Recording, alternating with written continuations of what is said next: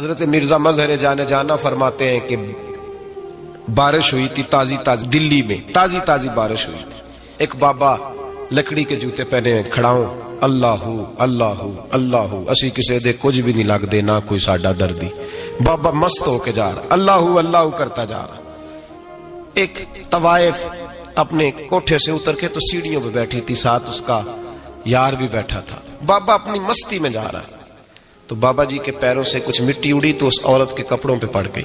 پرواہ نہیں, بزرگ گزر رہے. وہ یار اس کا دوڑا ہوا آیا, اس نے آ کے تھپڑ مارا. کا خیال نہیں سارے اس کے کپڑے آلودہ کر دیے, تو کدھر تیرا دماغ نہیں ٹھیک. بابے نے نظر اٹھائی, کا بیٹے میں نے دیکھا نہیں, چل اللہ تیرا بھلا کرے, تو نے بدلہ لے لیا. بابا جی چپ کر کے وَإِذَا خَاطَبَهُمُ الْجَاهِلُونَ قَالُوا السَّلَامَ چپ کر کے گزر گئے. ٹھنڈ کا موسم تھا, بارش تازہ ہوئی تھی, حلوائی دودھ کاڑ رہا تھا. اس نے بٹھایا بابا جی کو پھٹے پہ, پیالہ پکڑا, دوڑ کے آگے بڑھا. بزرگ آ گئے, آئیے بیٹھیے. دودھ کا گرم پیالہ شکر ڈال کے دیا. بابا جی نے دودھ پیا, پھر نظر جھکی, پھر رنگ بدلا. کہنے لگے مالک تو کتنا بے نیاز ہے, کہیں تھپڑ مرواتا ہے کہیں دودھ پلاتا ہے.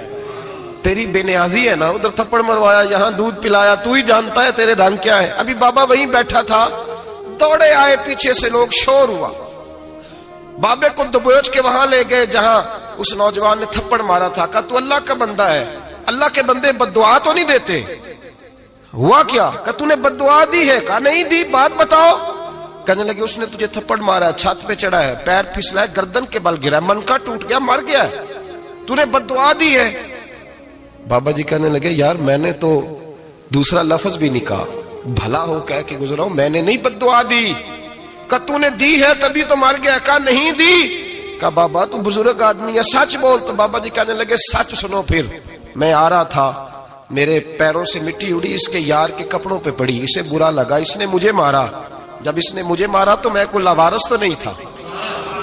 جب اس نے مجھے مارا تو میں کوئی لاوارث تو نہیں تھا. مجھے دشمنوں نہ چھیڑو, میرا ہے کوئی جہاں میں ابھی پکار لوں گا, نہیں دور ہے مدینہ. اس نے مجھے مارا تو میں کوئی لاوارث تھا کہ میرا بدلہ کوئی نہ لیتا. اس نے مجھے مارا ہے تو میرے یار کو برا لگا ہے تو اس نے اسے مار دیا ہے, میری تو غلطی کوئی نہیں. یاروں کا جھگڑا ہے, یہ تو دوستوں کا جھگڑا ہے, یہ تو یاروں کا جھگڑا ہے, کوئی غلطی نہیں میری, کوئی غلطی نہیں. خش جنہ قدر نہیں میرا, اے میرے صاحب نو وڈیاں, میں تے گلیاں دا روڑا کوڑا, میں گلیاں دا روڑا کوڑا, مینوں محل چڑھایا ہے سائیاں, مینوں محل چڑھایا ہے سائیاں. فرمایا اس نے مجھے لوارث سمجھا تھا کہ تھپڑ مار کے گزر جائے, میرا کو پوچھے گا ہی نہیں. میرے رسول پاک علیہ السلام کے بارے میں رب فرماتا ہے ابھی میں تو تیرے ہو تو وہ کافر کو سزا نہیں دیتا کہ تو موجود ہے. یاد رکھیں حضرت فضیل بن عیاض فرماتے ہیں ایک جوان تھا, مسجد میں آیا, لوگوں سے کہنے لگا روٹی کھلاؤ. کسی نے توجہ نہ کی. اس نے کہا میں رب بتانے والا ہوں, میری طرف دیکھو تو صحیح. کسی شخص نے خیال ہی نہ کیا. پھر اس نے کہا یار تھوڑا سوچو. نمازیوں سے کہا, اہل علاقہ سے کہا, انہوں نے کہا تیری طرح کے بڑے درویش دیکھیں. مسجد کے محراب میں وہ رب کریم کا بندہ انتقال کر گیا.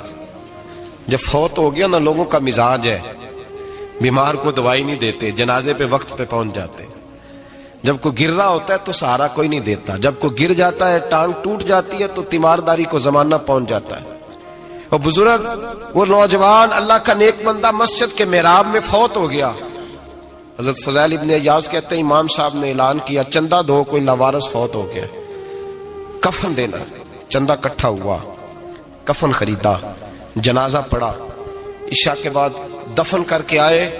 فجر کی نماز کے لیے جب امام اور مؤذن مسجد میں آئے تو چیخیں مارنے لگے, تڑپنے لگے, دور دور تک آوازیں پھیل گئی. دنیا دوڑی آئی, کیا ہوا؟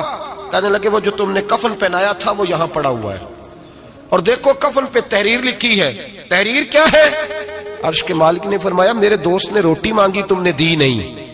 اس نے تمہیں میرے قریب کرنے کے لیے اپنی طرف توجہ کرائی, تم نے کی نہیں. اور میرا یار تمہارے کفن کا محتاج تھا, سنبھال کے رکھو اپنا کفن, میں نے اسے جنت کا لباس عطا فرما دیا, سنبھال کے رکھو. یہ کوئی لاوارثوں کا ٹولہ ہے؟